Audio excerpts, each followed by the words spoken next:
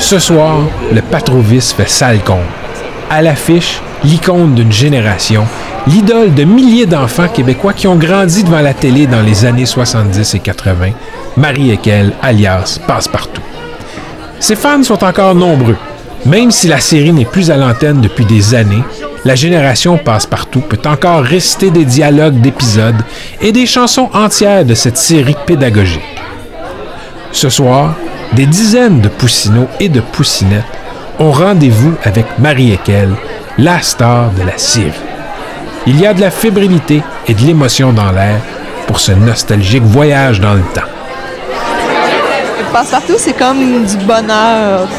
C'est plein de petits moments qui rappellent notre enfance. J'écoutais Passe-Partout à 8h30, à midi, puis à 4h. Je l'écoutais 4 fois par jour. Je suis une fan finie.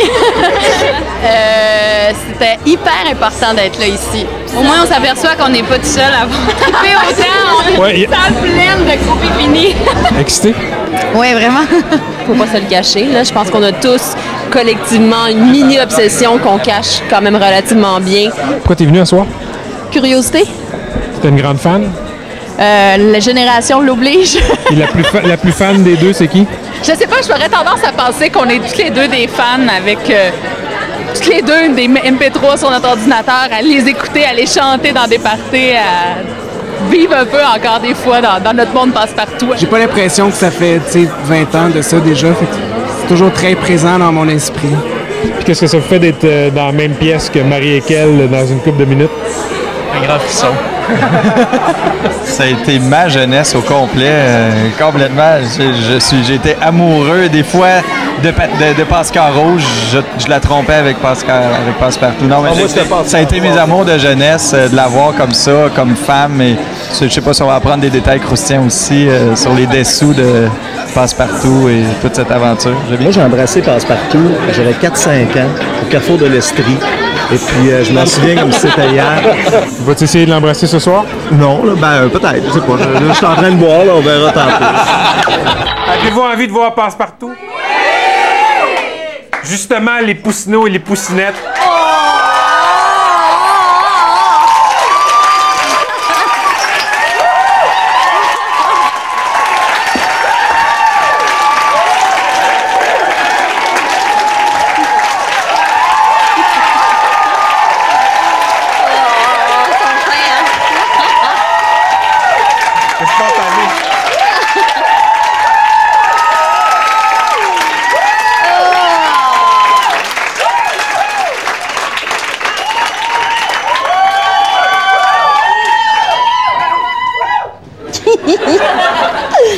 Marie-Équelle, la seule, l'unique, la pédagogique, Passe-Partout.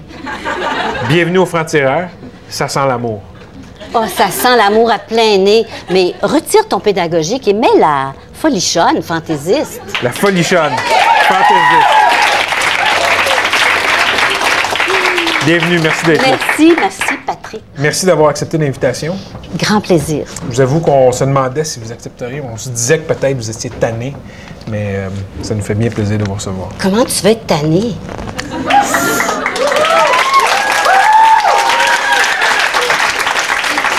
Ils sont tellement fins. Qu'est-ce que ça vous fait d'arriver puis de voir tout ce monde-là, comme ça, qui vous aime? Bien, ça me fait comme une grande vague d'amour, puis de joie, puis de folie. Parce que, écoute, c'est pas ordinaire, ça. J'ai chaud, regarde. J'ai une oreille rouge. C'est étonnant que vous êtes encore une idole, maintenant qu'ils sont grands, qui boivent de la bière, qui fument des cigarettes. Ben, moi aussi. Ah oui? Enfin, ils m'ont joint.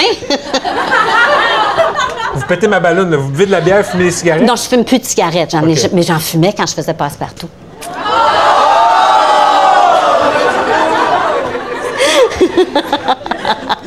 J'étais obligée de me cacher quand on allait donner des spectacles. Les enfants venaient nous voir après. Puis là, moi, je me cachais. Vous devez être fiers. Vous êtes une icône. Le costume qui est là, il y en a une réplique. Ça aurait pu leur passer, franchement. Il y a une réplique de ce costume-là au Musée des Civilisations. Oui, à côté du chandail de Maurice Richard. Écoute!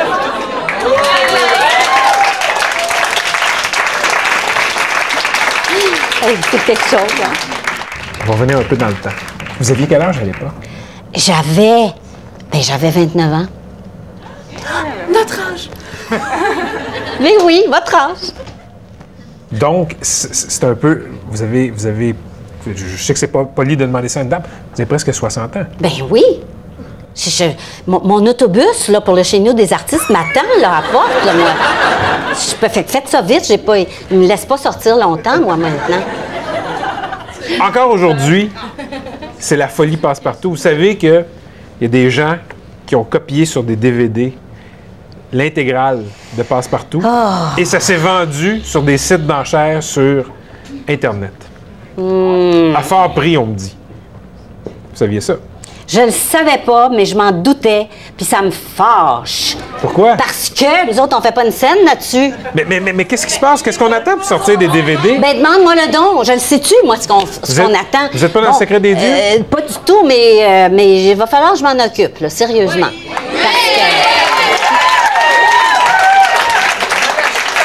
Parce que tous les jours de ma vie, je me fais demander où est-ce qu'on peut trouver des DVD, où est-ce qu'on peut trouver des CD. Puis il n'y en a pas, à moins de les voler, là, tu sais, à moins de c'est ça. Les pirater. C'est ça, les pirater. Bon, mais moi, j'aurais aimé ça que Télé-Québec repasse les émissions. Ça a l'air qu'ils veulent pas. Bon. Mais s'ils les produisent pas, les DVD, ben nous autres, on pourrait les produire. Puis c'est peut-être ça qu'on fera, si tout le monde est d'accord, parce que... Parce que ils les veulent. À chaque jour, on doit vous arrêter sur le trottoir, à buanderie, au dépanneur, pour vous dire « Hey, vous êtes passe-partout ». C'est vrai. C'est pas lourd? Ça l'est plus lourd. Non, c'est plutôt maintenant un cadeau. Un sourire, un bec. C'est ça que c'est. Ça a été lourd quand les grosses années de passe-partout, là, où je pouvais même pas mettre le nez dehors, ça, c'était lourd. Ça, c'était un peu lourd. C'était pas les enfants qui étaient lourds, c'était les parents. Hey, mon enfant vous aime. Puis là, il me prenait, tu sais, puis il m'amenait voir leur enfant. Puis là, l'enfant criait. Puis, en tout cas, tu sais, c'était pas toujours le fun. Mais en général, les parents étaient gentils aussi. Là, je prends un mauvais exemple. Mais à l'époque, ça devait vous peser quand même. Il y a des fois où vous ne deviez pas avoir envie de sortir. Oui, il y a eu une période de ma vie où je suis devenue assez casanière, où je restais beaucoup chez nous, puis où je me cachais presque parce que j'avais pas le goût. Des fois, c'était trop lourd d'être un personnage public puis d'être tout le temps obligée d'être fine, souriante, gentille, d'être obligée de jouer le personnage de Passe-Partout tout le temps, tu sais. Alors que, je sais pas, tu viens de te chicaner avec ton chum, t'as juste le goût d'être enragé ou de brailler, puis t'as pas le goût d'être fine, puis de faire des guidis. Oui, ça, je t'avoue qu'il y a eu des périodes qui ont été lourdes comme ça. Mais à comparer à tout le bonheur, c'est rien. Vous avez été largement identifié à ce rôle-là. Est-ce que des fois, vous regrettez? Jamais. Jamais, jamais, jamais. Hey, t'as vu le bottin de l'Union des artistes? Hein? Bien, il y a à peu près 3 pages sur ce bottin-là d'acteurs qui travaillent puis qui peuvent gagner leur vie. Je suis bien chanceuse. Bien chanceuse. L'aspect pédagogique de Passe-Partout. Parlons-en donc. Parlons-en donc. Bon, Passe-Partout, là, c'était pédagogique. Pédagogique, qu'est-ce que ça veut dire? Parce qu'on apprenait des choses, on donnait le goût aux enfants d'apprendre des choses. Un enfant, c'est essentiellement quelqu'un qui a le goût d'apprendre. Il vient au monde, il sait rien. Fait qu'il est curieux, il veut tout apprendre, il est intéressé par tout. Ce qu'on faisait, nous, c'est qu'on le faisait de façon ludique et fantaisiste. C'est pas plate, ça.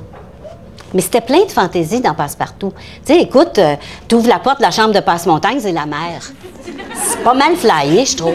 La mer, c'est juste à côté. Eh non, Passe-Montagne. Écoute, là, derrière cette porte-là, c'est pas le fond de la mer, c'est notre maison. Tu te rappelles pas? Hein, regarde comme il faut.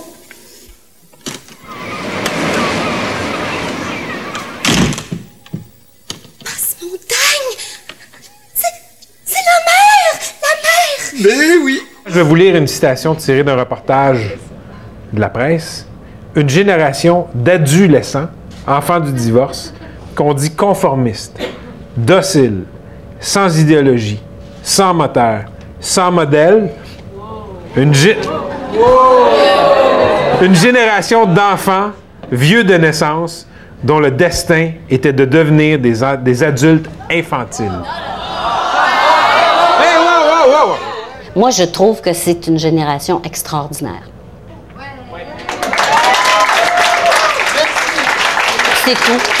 Moi, je suis une inconditionnelle de cette génération-là. Je les aime, ça finit là. Pourquoi? C'est quoi les qualités de cette génération-là? Ils sont autonomes. Tu sais, tu dis, c'est des enfants du divorce. C'est-tu de leur faute, pauvre petit? C'est pas de leur faute, ça. Ils se sont débrouillés là-dedans. Ils se démerdent. Ils n'ont pas le goût de vivre la même chose. Ça fait qu'ils essayent de trouver des moyens pour essayer de renouveler l'amour, la vie de couple. Je sais pas, moi, je les trouve pleins d'imagination, très autonomes, très affirmés. Ils sont capables de dire ce qu'ils aiment, ce qu'ils n'aiment pas, ce qui n'était pas du tout le cas de ma génération. En tout cas, moi, si je compare à ma génération, à moi, je les trouve bien mieux.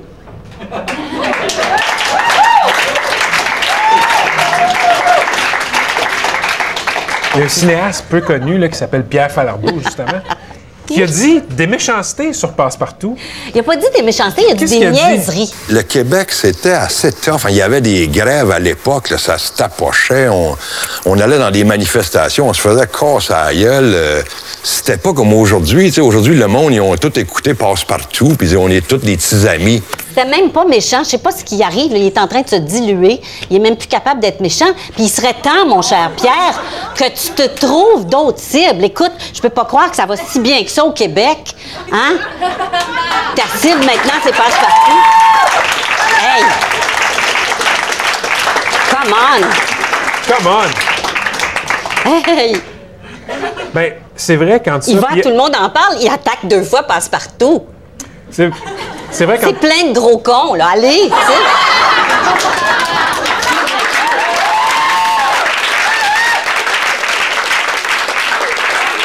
Il y a des enfants qui étaient élevés presque par Passe-Partout. Il y a des enfants qui témoignent, qui disent...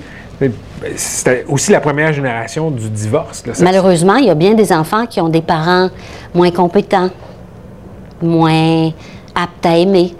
Alors, ça leur faisait du bien de nous avoir.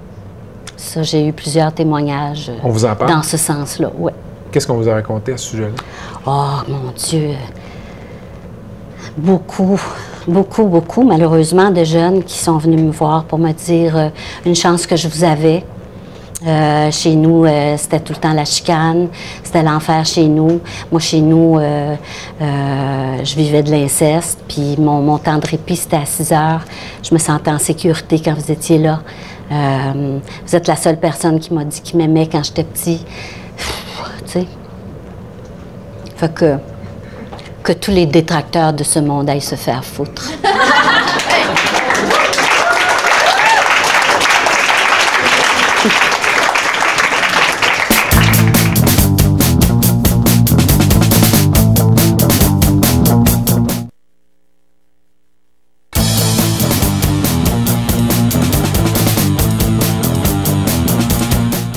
Chantal, la personne qui entretient le site le plus populaire au Québec sur Passe-Partout, c'est toi. Ouais. On me dit que tu y mets entre 100 et 200 heures par année. C'est quoi cette bébite-là? C'est mon chum qui m'a dit que je devrais faire ça parce que je m'emmerdais un peu. J'étais sur le chômage depuis quelques semaines. Puis là, un coup que t'as fait le ménage, t'as peinturé, t'as fait ce que tu voulais faire, je m'emmerdais. Puis il m'a dit, pourquoi tu pars pas un site sur Passe-Partout? C'était quoi ton premier geste pour commencer à le créer? Ben, ça a été de me procurer... j'avais déjà des cassettes de Passe-Partout. C'était pas que je les trouvais pas intéressantes, c'est que peut-être que je les avais trop vues. Fait que je voulais du matériel neuf. J'ai contacté le gouvernement du Québec, le ministère de l'Éducation. Je leur ai dit, on a payé pour ces émissions-là, ça nous appartient.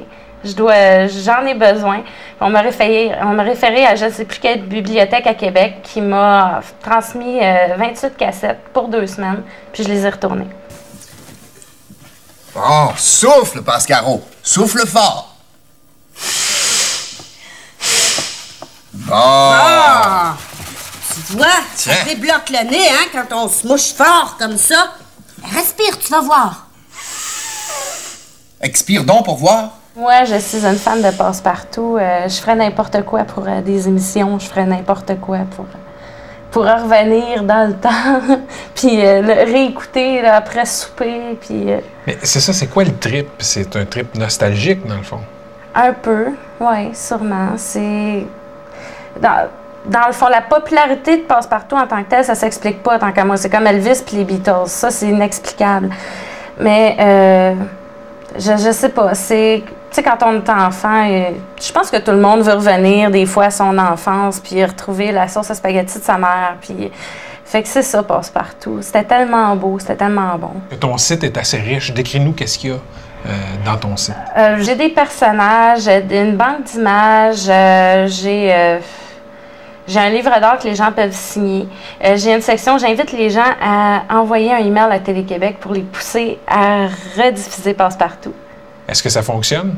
Non, ben c'est ça, ça me revient. Les gens me contactent après pour me dire qu'ils sont pas mal bêtes chez Télé-Québec. C'est quoi les témoignages que tu reçois? Ah, ben tout le monde dit je voudrais revenir à ce temps-là, ou ils partagent des souvenirs. Moi, mon passage préféré, c'était...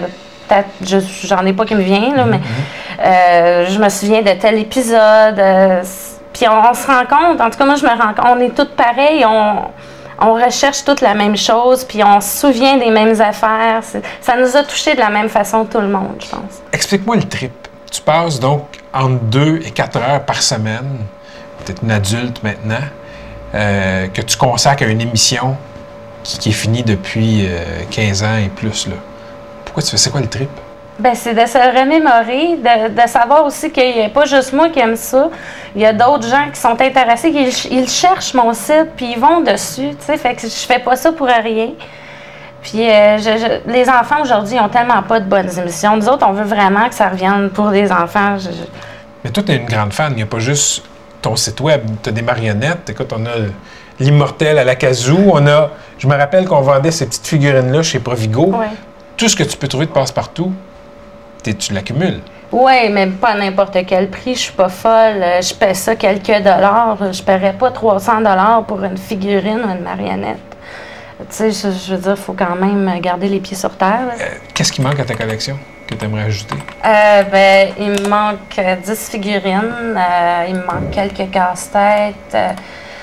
Les tasses, les bols, les napperons, j'en ai pas. Il me manque toutes sortes de choses, mais je prends mon temps pour les accumuler. J'ai toute ma vie. Toi, t'aimerais ça que Télé-Québec, par exemple, rediffuse à chaque jour des épisodes de Passe-Partout? Comme avant. Oui. J'aimerais ça. Je l'écouterais.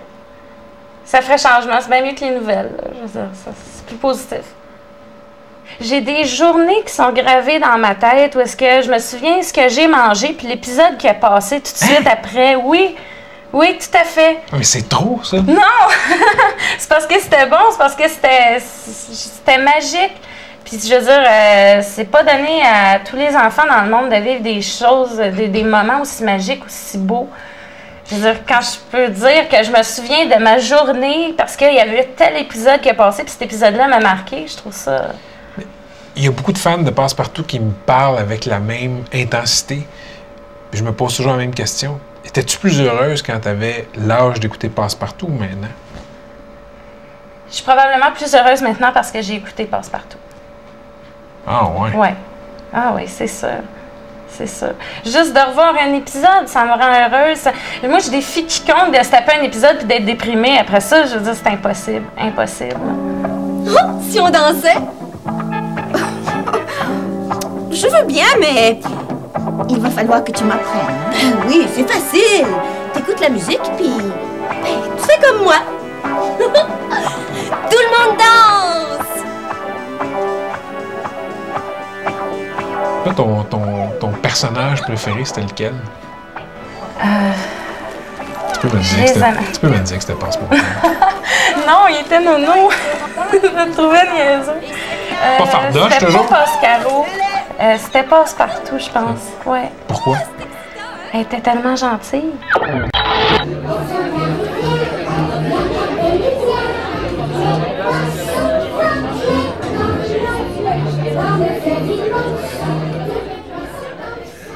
En 90, au Gala des Gémeaux, le gala de la télévision, de l'industrie, vous avez fait une sortie. Vous avez demandé aux gens d'appeler à Télé-Québec. Oui. Pourquoi? Parce qu'on était extrêmement fâchés parce que Télé-Québec avait fait des grandes sorties annonçant qu'il y allait avoir une suite à Passe-Partout, un plan quinquennal, qu'il devait y avoir de la production pour les 5 prochaines années. Au bout de 2 ans, je crois, ils se sont arrêtés et ils nous ont annoncé que ce serait terminé. Moi, j'aimerais vous livrer un message. Radio-Québec a effectivement annoncé un arrêt de la production de Passe-Partout et pour nous, ça équivaut à la mort de Passe-Partout. Or, nous croyons que cette émission doit continuer à être produite. Alors, si vous nous appuyez, on vous demande de signer les pétitions qui circulent et de téléphoner à Radio-Québec. 521-24-24. Donc, vous avez demandé aux gens d'appeler à Télé-Québec. On a demandé aux gens d'appeler à Télé-Québec et d'exprimer leur mécontentement s'ils étaient mécontents. S'ils étaient contents, il y avait juste à pas appeler. Puis ils ont répondu, hein, je pense. Ils ont énormément répondu. Les lignes ont été brûlées. Et puis, on a trouvé ça pas mal plate de se faire couper ça comme ça, là, tu sais, schlac. Puis ça a fini, le dernier studio. On était tristes. Oh mon Dieu, j'ai un moton même en y pensant. On était tristes parce que c'était une grosse partie de notre vie, ces personnages-là. Et puis, c'est ça, on est parti juste notre petite gang au restaurant. Il n'y a rien eu. Pas de party d'adieu? Non, rien. Ça a fini là. Sentez-vous que vous aviez encore la flamme, toute l'équipe, pour continuer? Il y a eu un creux. Il y a eu un creux après... après la 2e série, il y a eu un creux. Là, on a fait une 3e série ethnique qui était assez mauvaise, je crois. Parlez-moi de ça. Assez mauvaise. J'ai deux mains qui touchent à tout, une tête qui invente beaucoup. Donnez-moi un peu de ci, donnez-moi un peu de ça, je vous ferai n'importe quoi. Ça, on avait tourné ça un été, vraiment en fou. Et moi, j'avais été particulièrement désagréable cet été-là aussi.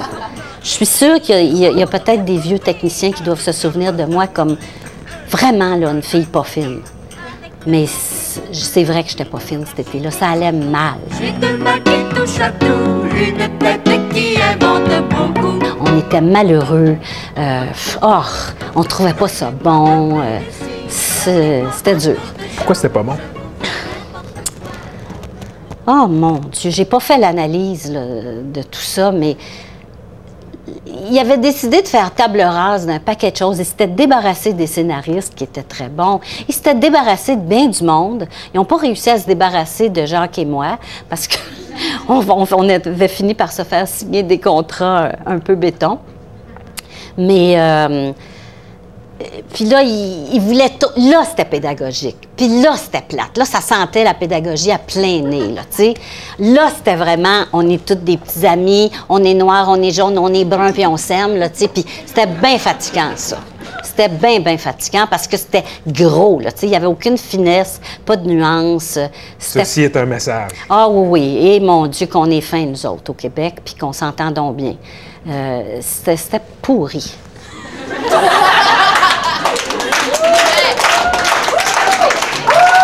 Mais bon, après ça, ça s'est amélioré. Et là, il y a eu peut-être 3 autres séries qui ont été très bonnes, je pense. Ça pourrait encore continuer? D'après vous, ça aurait pu continuer encore? Comme Sesame Street qui était à l'antenne. Il aurait fallu que ça ans. soit repenser, renouveler, mais intelligemment, en gardant les valeurs de base, les valeurs fondamentales. C'est ça qui a fait la richesse de Passe-Partout. C'était pas parce que c'était une émission à la mode, c'était parce que ça allait rejoindre les enfants dans ce qu'ils sont de toute éternité, puis dans leurs besoins éternels, que ça soit en 1812 ou en 2011, tu sais. J'aurais aimé ça, parler avec elle, doucement, gentiment, sans les autres. J'aurais aimé ça, lui raconter, rien qu'à elle, toutes sortes d'idées qui me passent par la tête. J'aurais aimé ça, l'écouter, elle, me dire, rien qu'à moi, ben, je sais pas, moi, l'écouter me dire qu'elle m'aime, par exemple. Que toutes les deux, on est deux grandes amies. Je trouve que ça fait bien longtemps qu'on s'est pas dit ces choses-là, grand-mère et moi. Je suis absolument révoltée et scandalisée que Radio-Canada, surtout, et Télé-Québec ne produisent plus d'émissions pour enfants alors que... Ben oui.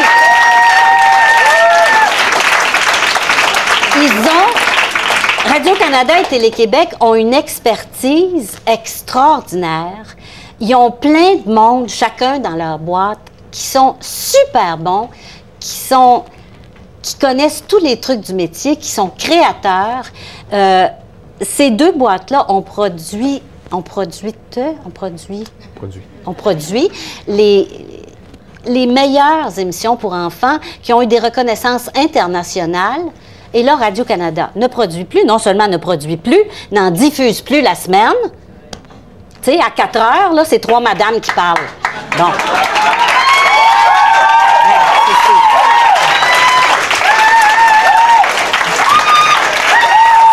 Ça n'a pas de bon sens. Tu sais, les enfants, ils arrivent de l'école, qu'est-ce qu'ils écoutent? Ils s'en vont sur Internet regarder des films de cul, je ne sais pas, moi, mais tu sais, ça n'a pas de bon sens, là. Ils n'ont plus. Bon, Télé-Québec, au moins, ils en diffusent. Puis, en général, je trouve que c'est pas mal ce qu'il y a de meilleur, ce que Télé-Québec diffuse. Mais ils n'en produisent plus. C'est une honte. Ils sont bons là-dedans. Fait que si on vous demandait de reprendre le rôle de Passe-Partout, ce serait quoi la réponse? Ça serait non. Mais je dis pas non pour la grand-mère.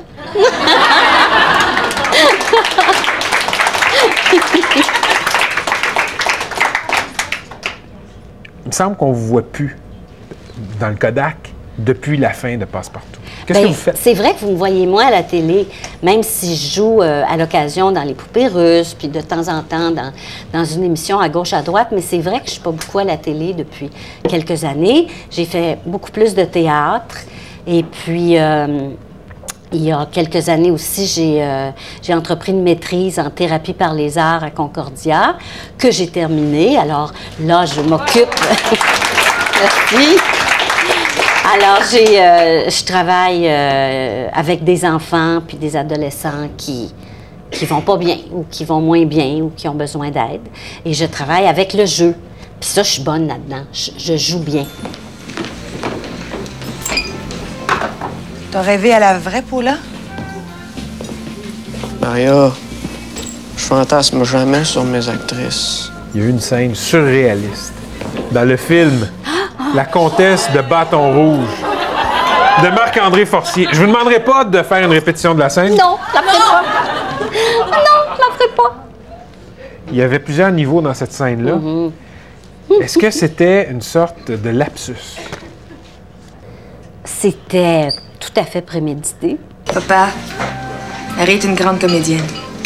D'accord? J'étais allée voir Forcier, qui est un ancien camarade de collège. Et bon, on avait jasé ensemble. J'avais dit, coudonc, à ce moment-là, j'étais vraiment découragée parce qu'effectivement, je passais même pas d'audition. Il voulait même pas me voir en audition. Il disait, ah non, c'est Passe-Partout. Bon, ça fait que j'étais découragée. Je travaillais plus comme actrice.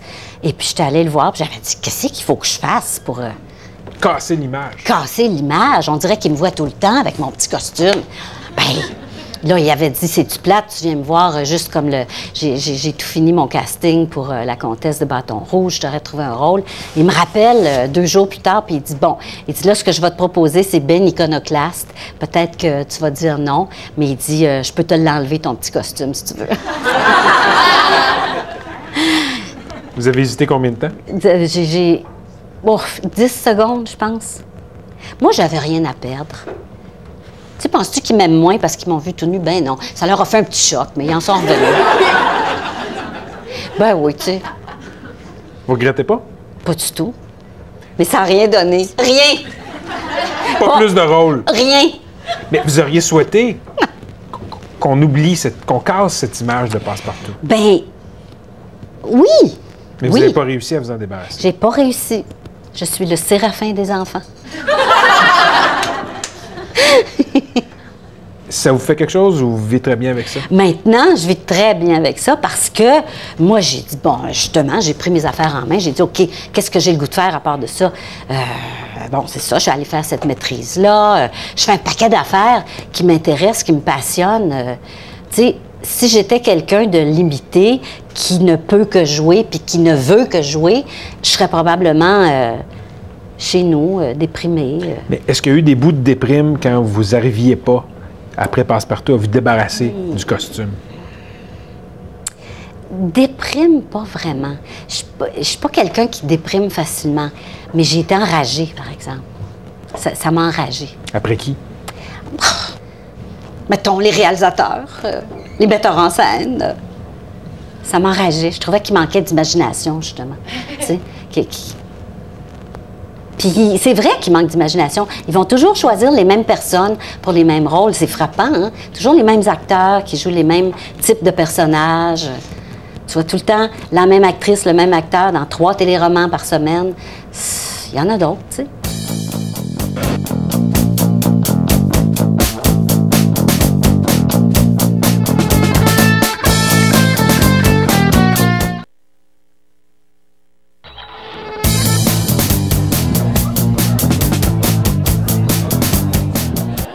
André Caron, professeur à l'Université de Montréal en communication. Bienvenue au Franc-Tireur. Vous étudiez depuis 25 ans les liens entre les jeunes et la télévision, donc le contexte où Passepartout a été créé, inventé.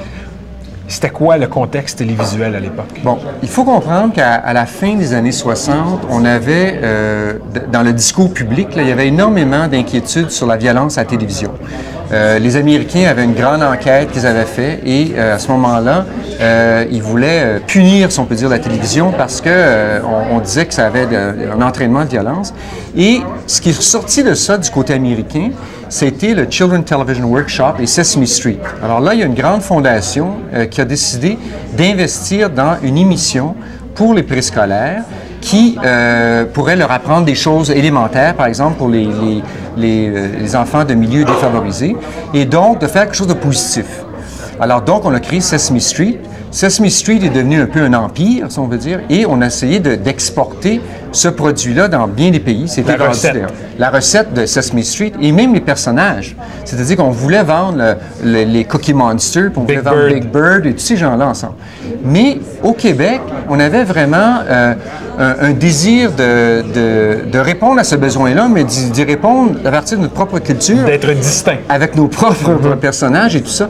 Et c'est là que le ministère de l'Éducation, avec Télé-Québec, on dit, bon bien, on fait une série qui va être vraiment de chez nous, avec nos personnages, et qui va atteindre certains des objectifs qu'on reconnaît qui sont très louables du côté de Sesame Street, mais va peut-être en atteindre aussi d'autres. Les années 70, c'est les années où les familles ont aussi beaucoup commencé à éclater, de plus en plus de divorces. Il y avait une mélancolie souvent dans le ton de Passepartout quand elle s'adressait aux enfants. Ouais. Est-ce que c'était une conséquence de ce contexte social? Ben, je pense que c'était un reflet de ce qu'elle voyait autour d'elle et qu'on voyait en général. Mais c'était pas de le surdramatiser. Hein? C'était de simplement dire, écoutez, pour certains d'entre vous, ça fait partie de votre vie. c'est pas la fin du monde. Vous n'êtes pas différent des autres tant que ça. Hein? Vous aimez ça rire, vous aimez chanter, vous aimez votre papa et votre maman, même s'ils ne vivent pas ensemble, etc. Et donc, il y avait un genre de réconciliation, là. Et c'était un message très positif parce que ce que ça permettait de faire, c'est que quand l'enfant était avec sa maman ou avec son père, pouvait avoir le même partage.